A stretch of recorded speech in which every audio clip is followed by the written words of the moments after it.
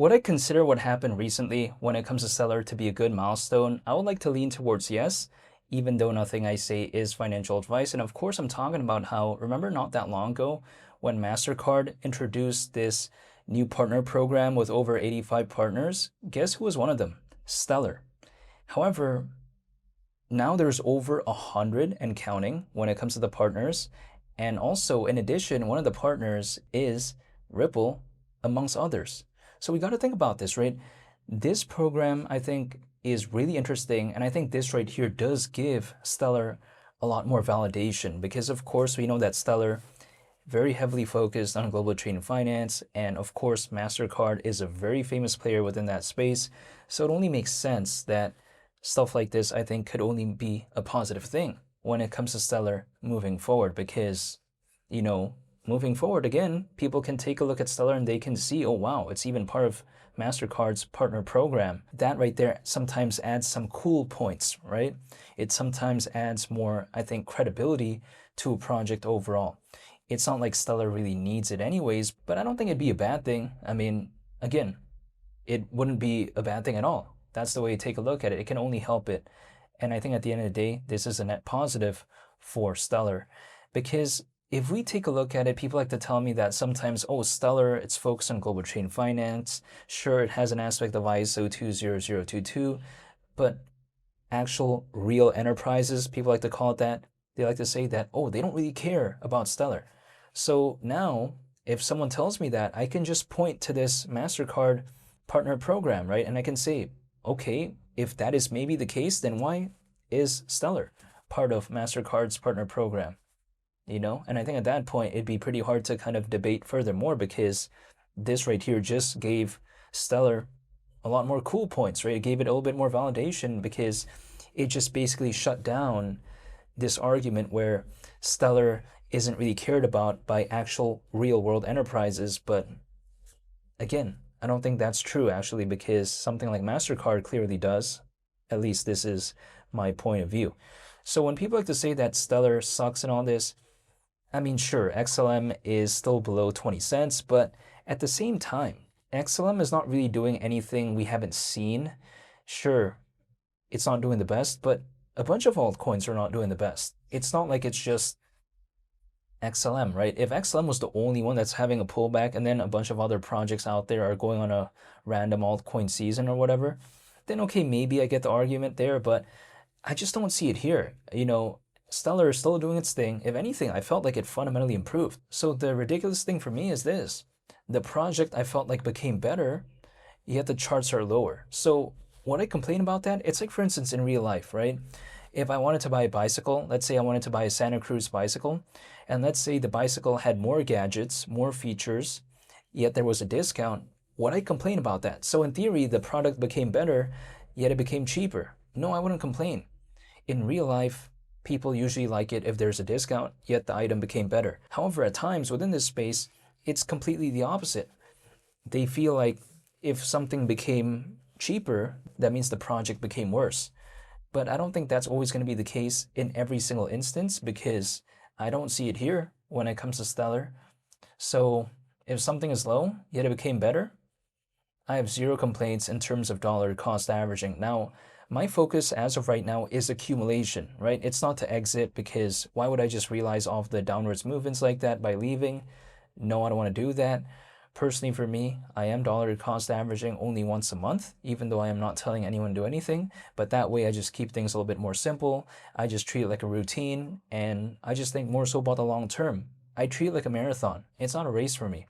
So when people like to say, well, this MasterCard announcement basically of this partner program and then Stellar being a part of it, people like to say, like, why didn't that do much to the price when it comes to XLM? Well, again, first of all, we're not during an altcoin season. And also on top of that, the sentiment when it comes to altcoins hasn't changed. If Stellar, for whatever reason, in a random hypothetical make-believe scenario, had a partnership with Justin Bieber, even that wouldn't really do much to XLM considering the sentiment as of right now isn't the best. Again, that's just the way you take a look at it.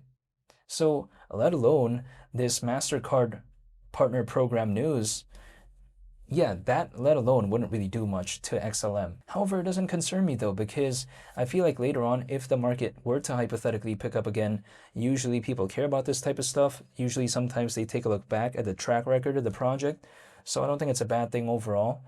And again, it may not have done much to the charts, but if I can dollar cost average into XLM at below 25 cents, I have zero complaints in my opinion, because kind of my mindset is this. If for whatever reason XLM goes back to, let's say, a moment that we once saw, right, in 2025, let's say. In 2025, we saw XLM reach around 50 cents. So we're over 2 times lower than that. Think about this, right? Bitcoin is not over 2 times lower than its all-time high. So would I believe in this or Bitcoin? Now, I'm not telling anyone to do anything, but if things could only just go back to a moment in 2025 and I could just only choose either Bitcoin or XLM, I don't know why I would choose Bitcoin, to be honest, personally for me, even though I'm not telling anyone to do anything. But again, XLM is literally around 2 times lower than 50 cents, and 50 cents isn't even its all-time high. And also, we literally saw 50 cents back in 2025. So that's just kind of my mindset as of right now. Now, I'm not telling anyone to do anything, but, you know, this is just the way to take a look at XLM. Now, Stellar, I get it. People like to say, oh, it's never going to become as popular as Ripple. But that's not the point.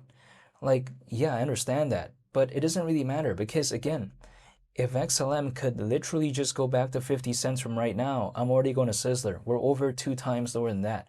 I don't need XLM to ever overtake, XRP. I don't think so.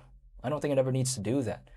As long as XLM could maybe just go back to levels which we've seen literally slightly over a year ago, I have like zero complaints on my end, but this is just the way to take a look at it.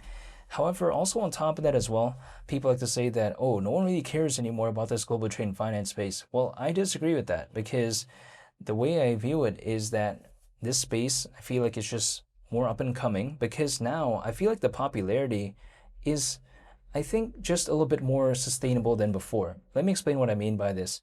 We all know about what happened in the past when it comes to Ripple and the things they had to deal with in terms of, I guess, lawsuits and stuff like that. That, I think, for quite a while only made it so that Ripple and Stellar was, I guess, the only one people focused on. But then now that kind of people don't really care about that type of stuff anymore, now that basically those issues are long gone, my kind of mindset is now it just kind of opens the doors more, right, for people to actually care about these type of projects. But now, because of that, I guess, happening, we see the emergence of projects like XDC in terms of popularity, right? We've seen that historically. We also take a look at Zebic, Onyx, XPR, Swiftcoin. So now I feel like the popularity is a little bit more sustainable than before because now people believe in more options, which I don't think is a bad thing when it comes to Stellar. If anything, I think it would only help it, right? It's like, for instance, opening a cheeseburger restaurant. Sure, maybe there's like one that's very popular, but if there are others that are popping up and generally speaking, the sentiment became better when it comes to cheeseburgers, that would only inherently help the most popular one, right? Despite the increase in competitors. So I don't view this as a bad thing at all. When it comes to Stellar, if anything, I still like it, and I like it better than ever before because I feel like now with this MasterCard news in regard to Stellar amongst others, I think that gives Stellar more validation. And also on top of that, I see XLM at below 20 cents. I have zero complaints for accumulation purposes only in terms of dollar cost averaging once a month.